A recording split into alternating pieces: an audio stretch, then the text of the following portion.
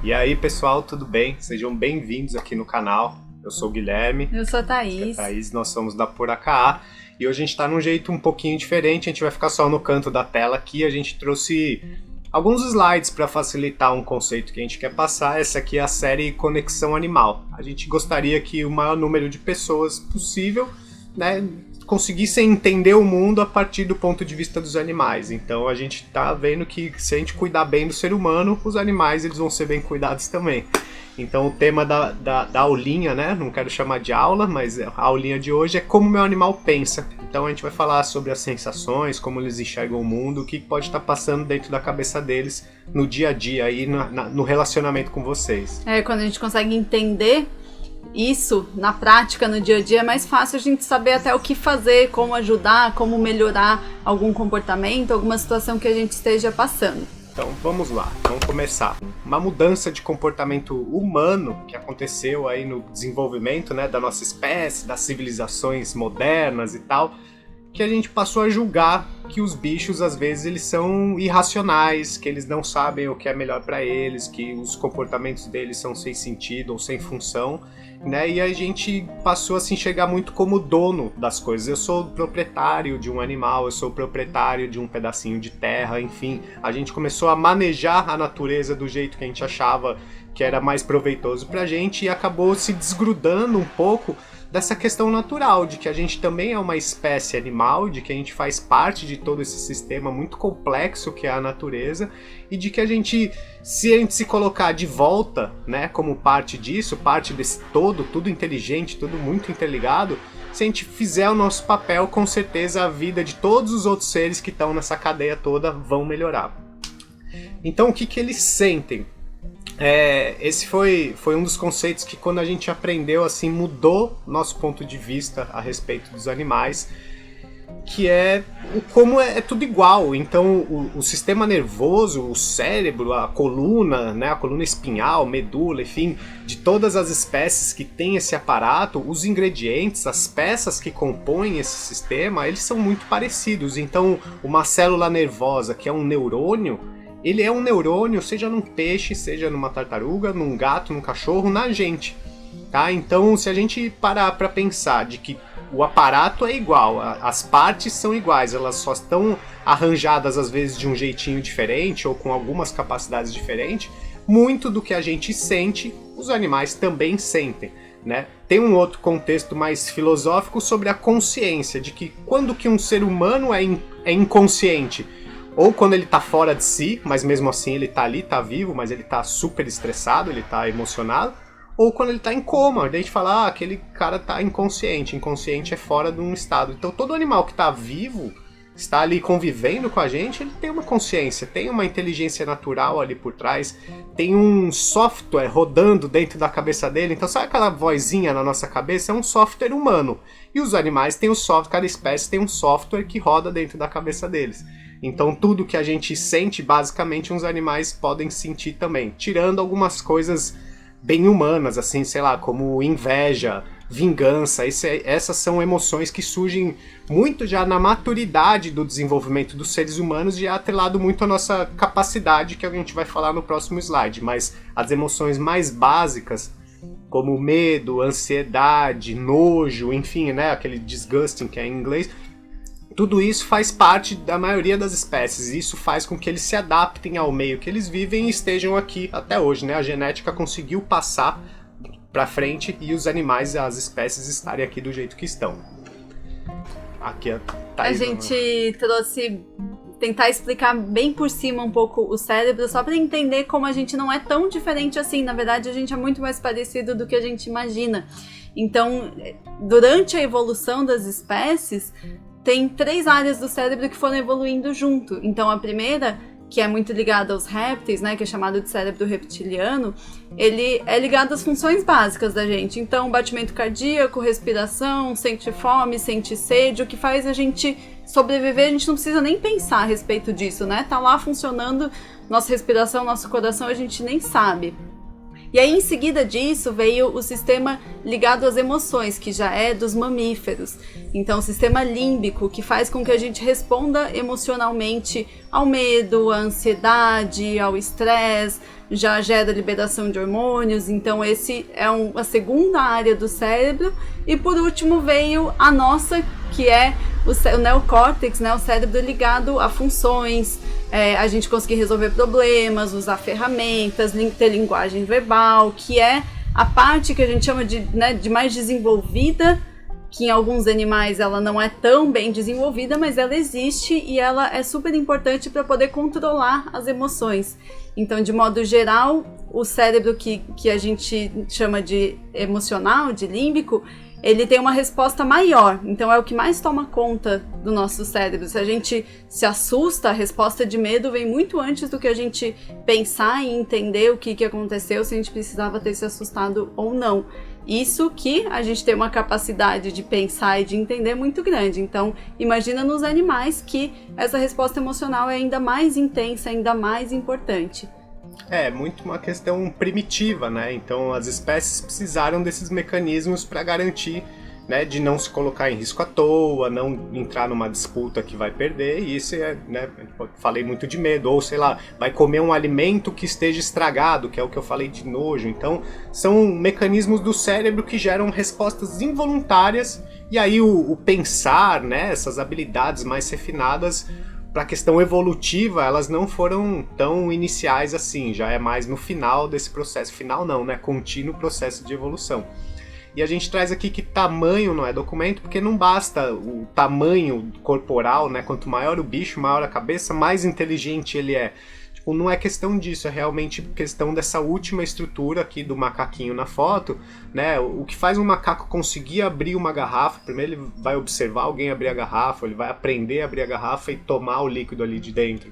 Isso é uma questão de neocórtex, então é essa última parte evolutiva que tem em maior quantidade quando comparado, né, proporcionalmente, com outras espécies. Então um primata ele tem, de uma maneira geral, mais neocórtex do que um hipopótamo, que é um animal gigante, é um animal muito pesado, mas isso não garante que um é mais inteligente que o outro, mas só que o macaco tem mais habilidades, ele desenvolveu algumas coisas muito específicas para conseguir sobreviver.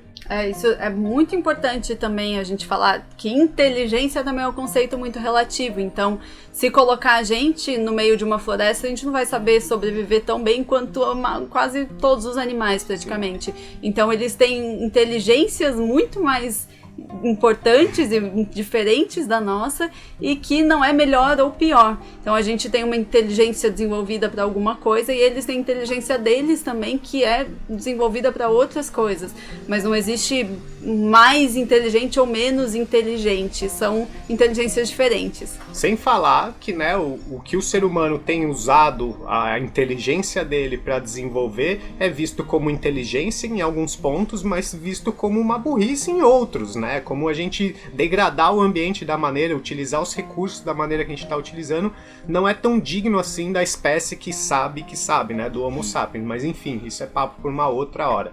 Vamos passar para frente.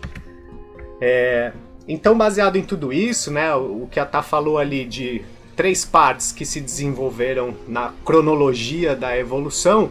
A segunda e a terceira, então essa parte mais cognitiva, a parte de capacidades e habilidades, ela normalmente ela briga com a parte mais primitiva, com a parte emocional. Então é muito difícil, por exemplo, a gente pensar antes de se emocionar. Então até como na evolução o se emocionar veio antes, primeiro a gente reage instintivamente, a gente reage emocionalmente e depois a gente vai usar a nossa cognição para falar assim, poxa, né, quase bati o carro, daí dá um tempinho você, não, mas eu quase bati, eu não bati, ou eu bati, tá tudo bem, ninguém se machucou, sabe? Mas a gente usa depois o pensamento, é o famoso senta aqui e toma um copinho com água com açúcar. Então isso é para dar um tempo do seu sistema emocional respirar e a parte cognitiva voltar a pensar com clareza, e aí você começa a desenhar estratégias de como lidar com aquilo que te emocionou tanto. Então é um pouco um pêndulo, né? Você quer falar um pouco disso? Eu acho que praticamente quando a gente ativa uma dessas áreas, a gente dá uma desativada nas outras. Então se a gente ativa muito a emoção, a gente desativa a razão, que a gente não pensou antes de falar, né? E isso falando de humanos, então com toda essa capacidade cerebral. Imagina nos animais. E também quando a gente ativa mais esse lado de calma, foco, concentração, que é o que tem se falado tanto da necessidade dos humanos desenvolverem, que é a parte de meditação, ficou muito famoso um tempo atrás de pintar mandalas, porque é um exercício de foco para se acalmar, o mindfulness, de você estar presente em tudo que você está fazendo, porque a gente precisa trabalhar esse lado da razão, que é foco, concentração e calma, para desativar um pouco o emocional, que é ansiedade, medo, todas as sensações que a gente sabe muito bem como são. E nos animais também isso precisa acontecer. A área que a gente mais estimular é a que mais vai responder rápido. Então, se a gente só estimula o lado emocional, ele vai responder muito rápido a isso. E vai ser mais difícil responder pela razão. E se a gente trabalha muito mais esse lado de foco, de calma, de concentração, que a gente chama de obediência, de adestramento, que é um animal conseguir prestar atenção no que a gente está falando, a gente traz ele mais para esse lado de equilíbrio, de calma, né? E não tanto de só uma resposta emocional a qualquer coisa que aconteça. Eu acho que é conseguir enxergar que a gente nunca vai oferecer para nenhum ser vivo que a gente cuide, seja humano, seja um animal, filhote, enfim. Gente mesmo. Nós mesmos, a gente nunca vai conseguir oferecer uma vida livre de estresse, livre de emoções. Então, coisas acontecem e isso é até bom, né? Mostra que a gente tem um dia a dia dinâmico, uma rotina que acontece em eventos, e se a gente conseguir se adaptar a isso, é real, gera uma recompensa. Nossa, como a gente se sente bem quando a gente supera algumas adversidades ou consegue lidar muito bem com uma situação.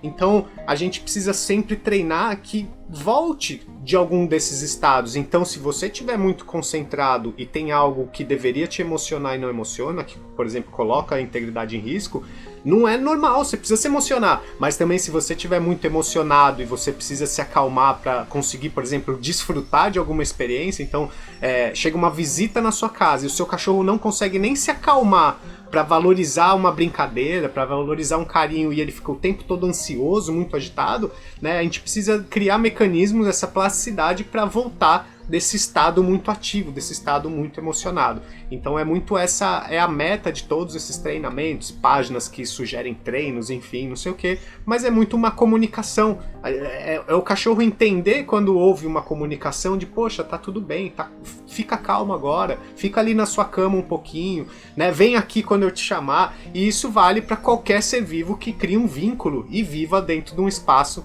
né, em cativeiro. Então, um animal cativo que está dentro da nossa casa, ele precisa entender minimamente uma comunicação com a gente para isso não gerar tanto estresse assim de conviver com uma espécie que não é a dele. Eu acho que, para não se alongar muito, a gente vai parar aqui.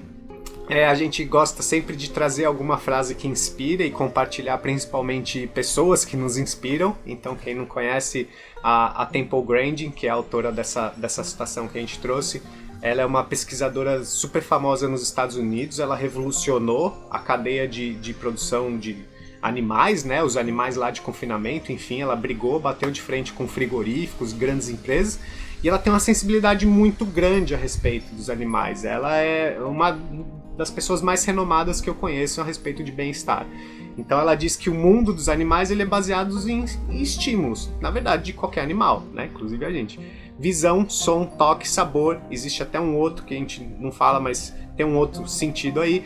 E a gente precisa sempre estar atento a todos esses sinais. Às vezes não é natural para um cachorro ser acostumado a um avião passando em cima da casa dele todo dia, né? A passar um caminhão de lixo na frente da casa fazendo um barulhão, e aquilo simplesmente some, sabe? Tipo, tem coisas na nossa rotina que podem ser muito sem sentido para um animal que conviva com a gente interpretar e entender e enxergar uma tranquilidade, uma normalidade nisso. Então cabe a nós realmente estarmos atentos a esses detalhes, ao que gera possível desconforto, ao que gera uma excitação sem justificativa, enfim, né? A como a gente conduzir a vida dos animais que a gente cuida da melhor maneira possível e do jeito mais tranquilo possível. tá bom? O nosso Instagram também tem bastante dica, a gente está sempre postando bastante coisa por lá, conversando, abrindo caixinha de pergunta. Pode deixar nos comentários também se tiver alguma dúvida, alguma consideração. E a gente vai conversando, curte o vídeo, manda para os amigos também, para a gente poder conseguir espalhar mensagens sobre os animais, poder ajudar mais humanos, mais animais a terem equilíbrio, a terem uma vida melhor, que eu acho que é o que todo mundo quer. Ninguém gosta de viver estressado. Isso aí.